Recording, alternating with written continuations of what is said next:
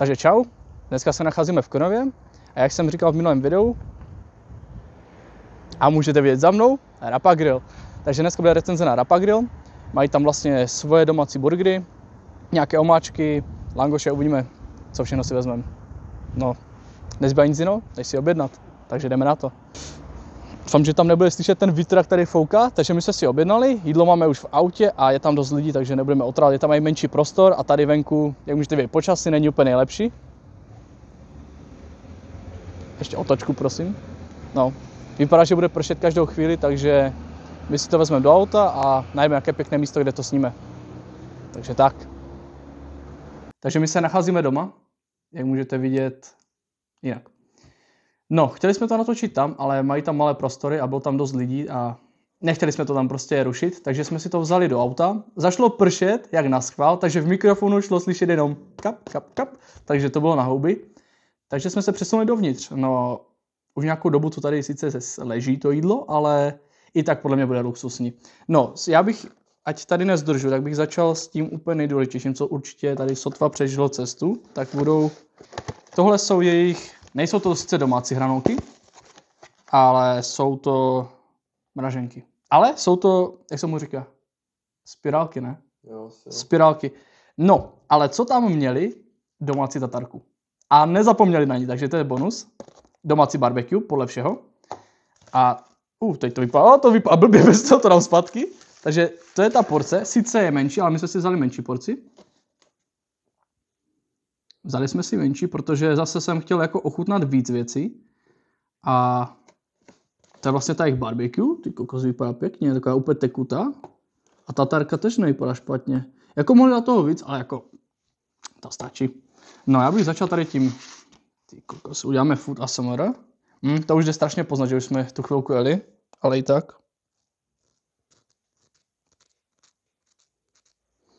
Ale i furt by mohly být.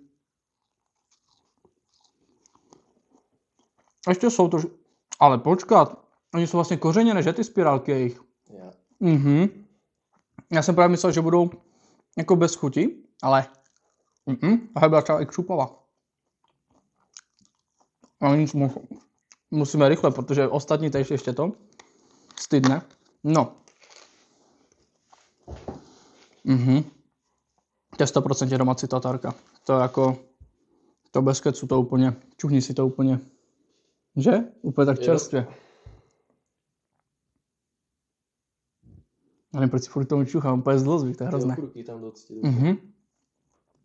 No, to je luxusní domácí tatarka, to je v topu. To je fakt jako úplně přesně, když si uděláte doma prostě tatarku.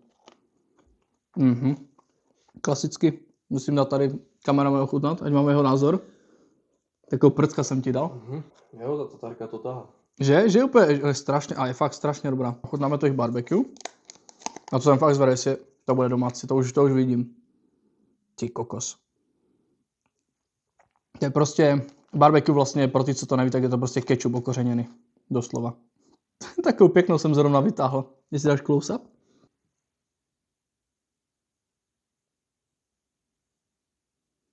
Ty kokos, tak pojďme na to. Sice sladčí a barbecue, ale jako perfektně jako s těma bramborama to sedí jako extrémně. Prostě to, ta slanost a sladkost, to je úplně, je fakt nádhera. Já jsem tě dal ochutnat, vidíš? No, to musíš. Ale se ti dám ochutnat. Tak, Takže je luxusní. jako jo, no nikdo lepšího minule. Další tady máme Orongo burger, jestli to říkám dobře. A měl by to být kuřecí burger, no tak podíváme se. Ty kokos, taky prcek. No, oni mají vlastně na výběr z dvou.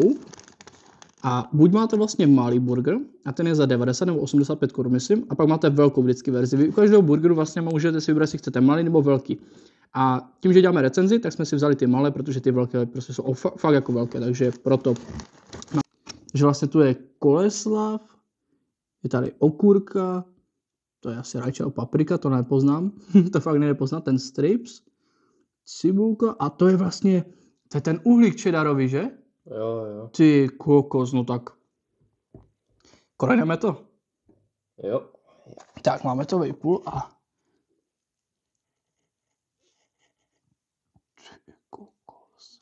Ten čerový uhlí vypadá hustě. To vypadá jako nádherně. Ještě zamáčknu. Ty kokos. No jako nezbývá nic jiného, než se do toho pustit. Kurňa. Prasárna jak má být.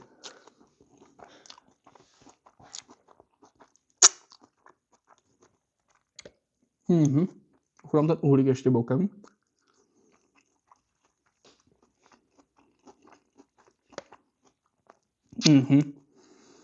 To je prostě fakt dobrý domácí burger, prostě to je to, a za ty peníze to stálo 85 korun. Toto, i když to je malé, ale je to fakt jako vynikající, protože za 85 korun, jako co máte v mekáči, jako nic, to máte možná Big Mac a to je suché, nechutná to dobře, je to hnus prostě. Já vím, že beefu furt jako třeba mekáč, jo, ale prostě fakt to s normálním fast foodem prostě to se nedá srovnat, to je prostě, kdybych šel na fast food, tak jdu 100% na tohle. A nebo jak jsme byli v Opavě, na Barbecue Art, protože to je prostě burger, za který fakt chcete dát svoje peníze. A tohle, to je fakt top.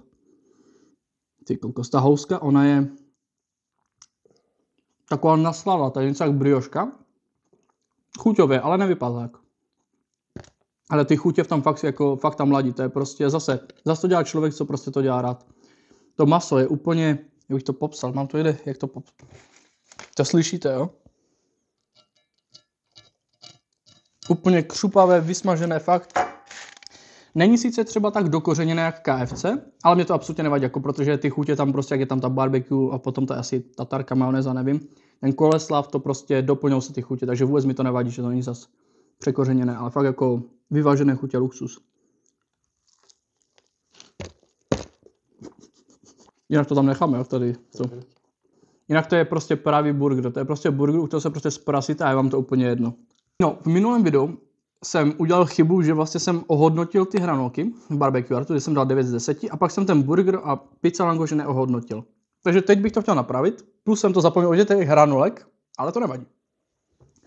Takže, teď bych těm hranolkům, co jsem ochutnal, bych jim dal, nebyly zase tak dobré jak Barbecue Artu, ale zase, když to budeme brát, že prostě jsou to nové mraženky, nejsou domácí a tohle, tak si jako slušnou 5 z 10 určitě si jako zaslouží, jako fakt nejsou špatné a s tím kořením, co tam je, tak prostě jako fakt jsou dobré s těmi omáčkama, samozřejmě to už je jiná, to už je 10 z 10, že?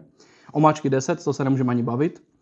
Teď, co jsem měl ten burger, ten kuřecí, taky 7, fakt 7 z 10, jako není prostě za mě zase, jako nechci brát, ať to prostě nevyzní, že prostě špatně, že byl špatný, to vůbec ne, ale prostě, když řeknu, že fakt něco je 9, nebo se blíží k 10, tak prostě je to fakt dobré. A 7 není špatné prostě, takže tak, jenom ať víte. A my jdeme na další burger. Takže teď máme hovězí, to je vlastně jejich rapas burger, jmenuje se to po tom místě. No a už se na něho dívám, no je to nádherné. Pojďme na to, vám to ukážu. Podívej se na to. Ty kokos. No nádhera.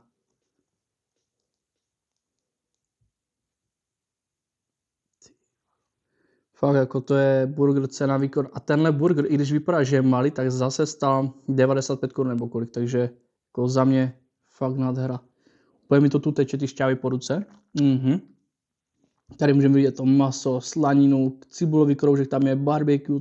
No fakt to vypadá nádherně, zase nějaký salátek. Kurňa. No, musíme to přepolit, já už se nemůžu dočkat, až to přepulím a ochutnám.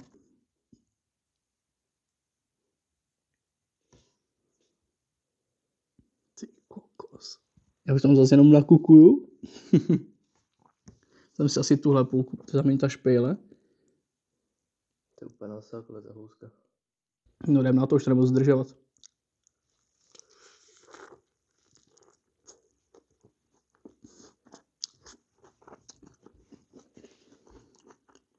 Oni mají domácí kroužky. Fakt? Dívej. A já už to vidím. No, bude cibule. Tak to je top. Poslední kousek. Takže za mě tady tenhle to je na jasnou 8, to prostě možná i 9, ale tu si ještě šetřím, ale jako možná i jo, ale přemýšlím, co si myslíš o tom, 8 nebo 9, ty víš, jak to chutná ty burgery? Jako podle mě tak 7-8 spíš. 7-8, že? Skvělý, ale musíš si uvědomit, že prostě jsou lepší. To je přesně, ne? To je cena výkon. To je prostě v ten moment, že když to jíš, tak ti to úplně chutná, že? A potom, když se zpětně na to podíváš, tak pak řekneš, ale zase jsou i lepší body, to máš pravdu, to máš pravdu. To je pravda, že zůstanu u té 8, takže o jeden bod lepší než ten kuřecí. Jdeme na poslední, ne, vlastně máme ještě stripsy a quesadilla, takže oprava, na předposlední, tady máme, a to je quesadilla, ale vypadá pěkně naplněná. Ty kokos. Pán nádherně. Možná nadzvednu ještě, ať to dáme vidět. Ty kokos, ten sír to úplně přilepil, jako. Ona vypadá, že je prázdná, ale já opět cítím, že tady vlastně, jak to nejde zvednout, tam je masíčko. A ne, není jako poloprázdná to vůbec. To bych kecal. Fakt je i tady ten další kousek. Ten je úplně plný prostě, to není vůbec jak kurito z KFCčka, to se nemůže vůbec rovnat. Taky to dám bokem. Jako vypadá zase nádherně. To bude ten jejich domácí strips, omáčka, jarní cibulka, tu vidím ten sýr, slaninu a to bude asi všechno, no. Tak jdeme to ochutnat.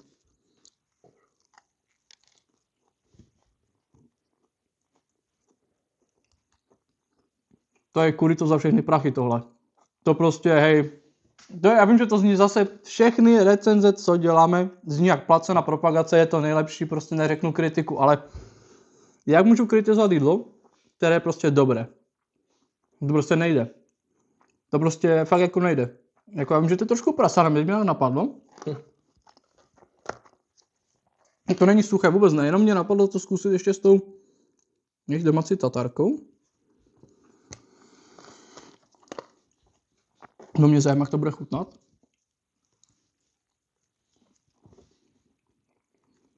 Končíme. Konec. Vypínáme kamery, jdeme to sežrat, ne? Ne, fakt je to top. A oni to upravili, bo předtím tam byla jenom stripsy a barbecue. Tohle je úplně, vytuněná chuť. Tam přidali slaninu, nějakou... Tam je ta cibulka, jarní. To je úplně... Všechny ty chutě prostě úplně vybalancované. Luxus. Zase jako nechci zase rypat do ostatních těch fast foodů, ale dobře, KFko třeba mám zrovna rád, protože u nás třeba tady v Moravskoslezském kraji, přímo v Opavě, tak tam ho mají fakt dobré, ale jinak některé pobočky jsou hruza a to nebudeme řešit. Ale tam kurito prostě je dobré, ale když si dáte toto, tam prostě kurito mám takovou repetitivní chuť. Furt je to barbecue, sýr, kuře, prostě už to je také nudné po jaké době, ale tohle to dává úplně jako kurito prostě nový nádech. Prostě i když ta blbá jarní cibulka, co tam je prostě nasekaná, tomu udělá tak dobrou chuť a ještě, když si tomu dáte, oni mají spoustu těch omáček, já jsem si třeba zrovna barbecue a tatarku, ale mají tam mexickou, tu, co tam mají, jak se to jmenuje. Mají tam i mexické omáčky, teď jsem si nevím, jak se jmenuje ta omáčka. Zrajčatá omáčka.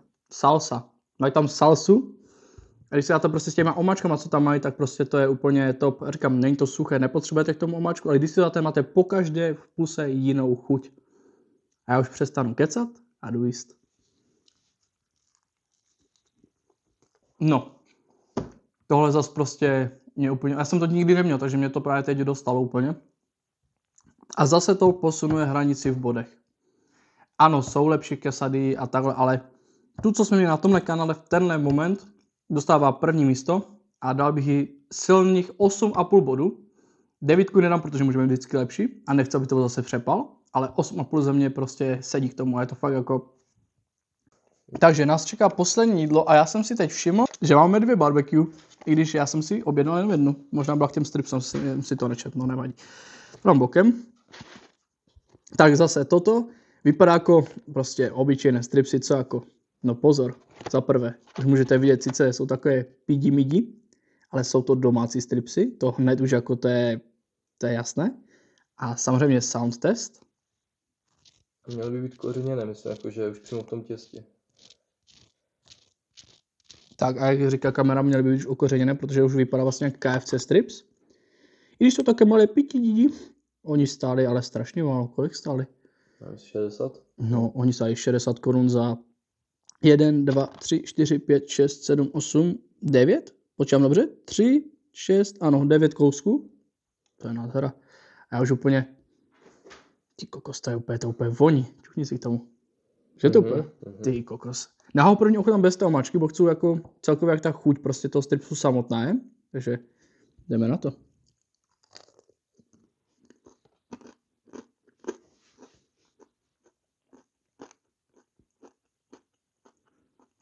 OK.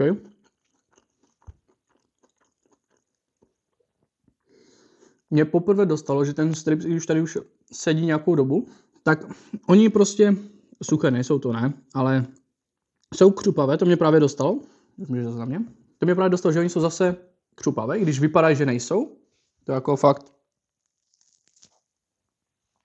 jako nemůžu nic říct, ale ta chuť je taková slabší, no, že by to chtělo trošku víc dokořenit, ale... Cítíš jenom olej a mouku, ne? Přesně jak říká kamera, to je prostě olej a mouka, no. Jako zase nejsou špatné, to vůbec ne, ale to maso by asi chtěl naložit něčem. Možná je naložené, nevím, ale... Když se podívám, asi není, ne, to je jenom ta struhanka. To maso by asi chtěl v něčem naložit. No, a k těm stripsům. Fakt to je jako mouka, olej a koření, no. To jako... Kdybych bral jako bodově ty stripsy bez omáčky, což jsem ještě ani neochutnal, ale je mi jasné, že jak to ochutnám třeba tady s jejich tatarkou prostě. Ještě, co nesnáším, když vezme někdo z food kanálu a dělá toto. Já bych je zabil, jak se v tom normálně rýpou. Můžeme si krásně nabrat jednou prostě a dobrý. Jo, to potom, to už je v klidu, to prostě... To už má úplně jinou chuť, no. A to už je taká klasika, co si dáš doma, že? Přesně tak. Ale podívejte se na tu krásu. Ty kokos. To je úplně nádhera.